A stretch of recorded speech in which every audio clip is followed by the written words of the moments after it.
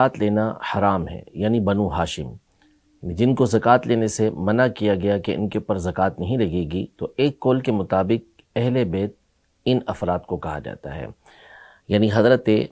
عبد المطلب کی اولاد میں سے حضرت علی، حضرت عباس، حضرت جعفر، حضرت عقیل اور حضرت حارث، ان کی جو اولادیں ہیں ان کے اوپر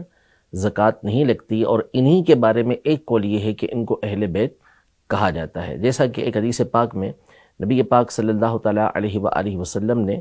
یہ ارشاد فرمایا کہ ہم آل محمد یہ زکوٰۃ نہیں کھاتے، ہم صدقہ نہیں کھاتے۔ تو اس سے استدلال کرتے ہوئے بعض علماء نے فرمایا کہ یہ حضرات سب کے سب اہل بیت کے اندر ہیں، جبکہ بعض علماء کے مطابق ایک حدیث مبارکہ میں یہ ارشاد ہوا کہ آل محمد کل تقی، کہ ہر متقی مسلمان یہ آل محمد ہے، لیکن صحیح اور درست بات یہ ہے کہ نبی پاک صلی اللہ تعالیٰ علیہ وآلہ وسلم کی ازواج مطہرات اور نبی پاک صلی اللہ تعالیٰ علیہ وآلہ وسلم کی اولاد، یہ نبی پاک صلی اللہ تعالیٰ علیہ وسلم کے اہل بیت کہلاتے ہیں، یہ سب کے سب اہل بیت اطہار کے اندر شامل ہیں۔ حدیث مبارکہ میں صحیح بخاری شریف کے اندر جب صحابہ کرام علیہم رضوان نے عرض کی کہ ہم آپ پر درود پاک کیسے پڑھیں، تو نبی پاک صلی اللہ تعالیٰ علیہ وآلہ وسلم نے ان سے یہ ارشاد فرمایا کہ قولوا اللہم صلی علی محمد وعلی ازواجہ وذریتہ۔ جو درود ابراہیمی پورا پڑھنے کا ہے طریقہ کار، اس میں صحیح بخاری شریف کی ایک حدیث کے اندر نبی پاک صلی اللہ تعالیٰ علیہ وآلہ وسلم نے اپنی ازواج پر بھی درود پڑھنے کا اپنی اولاد کے ساتھ حکم ارشاد فرمایا۔ تو اس سے استدلال کرتے ہوئے بعض علماء نے یہ ذکر کیا کہ اس سے بھی ازواج مطہرات کا اہل بیت کے اندر داخل ہونا یہ بالکل واضح طور پر معلوم ہوتا ہے۔ اس کے علاوہ قرآن مجید فرقان حمید کی واضح اور صریح نصوص موجود ہیں کہ نبی پاک صلی اللہ تعالیٰ علیہ وآلہ وسلم کی جتنی بھی ازواج مطہرات ہیں وہ سب کی سب نبی پاک صلی اللہ تعالیٰ علیہ وآلہ وسلم کے اہل بیت کے اندر داخل ہیں۔ مشہور جو آیت مبارکہ ہے سورہ احزاب کی، جس میں اللہ جل شانہ نے یہ ارشاد فرمایا کہ انما یرید اللہ لیذہب عنکم الرجس اہل البیت ویطہرکم تطہیرا۔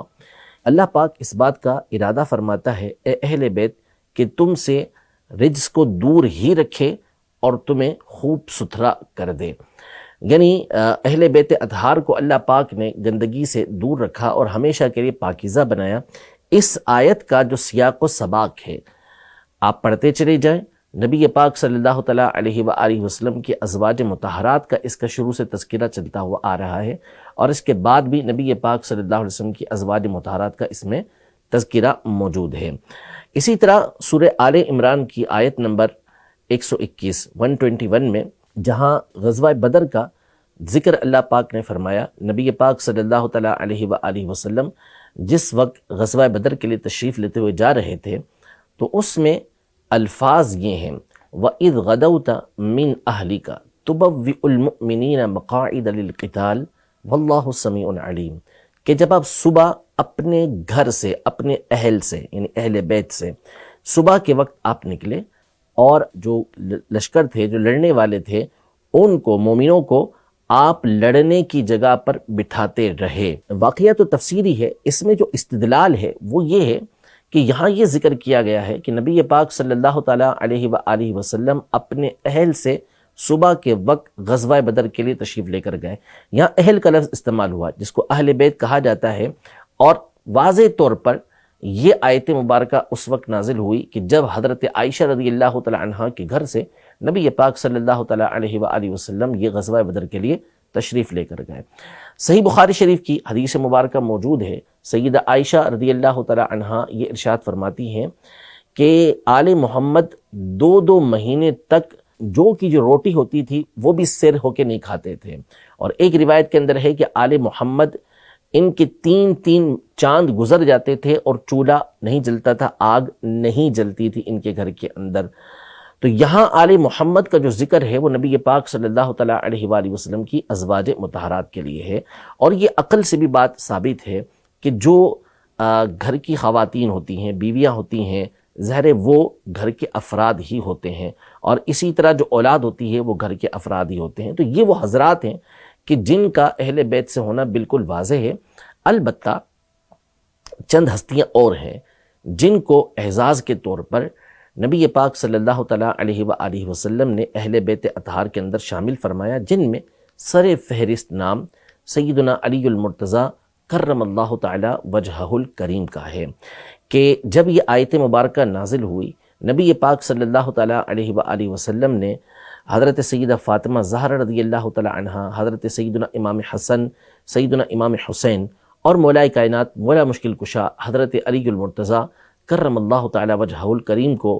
اپنے ساتھ ایک چادر میں دیا اور اللہ پاک کی بارگاہ میں یہ عرض کی کہ یا اللہ عز و جل یہ میرے اہل بیت ہیں۔ تو اس میں سیدنا علی المرتضیٰ کرم اللہ تعالیٰ وجہہ الکریم کو بھی نبی پاک صلی اللہ تعالیٰ علیہ وسلم نے اہل بیت کے اندر شامل فرمایا۔ تو یہ سب سے اعلیٰ ہستی ہیں کہ جن کو نبی پاک صلی اللہ تعالیٰ علیہ وآلہ وسلم نے اہل بیت کے اندر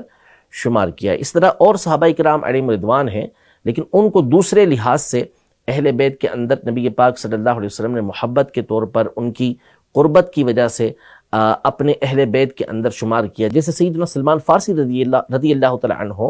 کہ مستدرک حاکم کی حدیث مبارکہ ہے، نبی پاک صلی اللہ تعالیٰ علیہ وسلم نے ارشاد فرمایا کہ سلمان یہ ہمارے اہل بیت میں سے ہیں۔ اسی طرح معجم کبیر طبرانی کی حدیث مبارکہ ہے جس میں نبی پاک صلی اللہ تعالیٰ علیہ وسلم نے حضرت سیدنا جریر بن عبداللہ البجلی رضی اللہ تعالیٰ عنہ جو صحابی ہیں، ان کو بھی ارشاد فرمایا کہ جریر یہ ہمارے اہل بیت میں سے ہیں۔ تو ان کو تکریم کے لیے، تعظیم کے لیے اور ان کی فضیلت کو بیان کرنے کے لیے نبی پاک صلی اللہ تعالیٰ علیہ وسلم نے اہل بیت کے اندر یہ شمار کیا، ورنہ حقیقی اعتبار سے ازواج مطہرات اور نبی پاک صلی اللہ تعالیٰ علیہ وآلہ وسلم کی اولاد اور حضرت علی رضی اللہ تعالیٰ عنہ یہ اہل بیت اطہار میں شمار ہوتے ہیں۔ اور اس کے بعد پھر جو امام حسن، امام حسین رضی اللہ تعالیٰ عنہما کے ذریعے سیدہ فاطمہ زہرا رضی اللہ تعالیٰ عنہا کی نسل مبارک چلی، ان ہستیوں کو، اس خاندان کو اہل بیت یہ کہا جاتا ہے، جن کو ہم اپنے عرف کے اندر سادات کرام، سید زادے بھی کہتے ہیں۔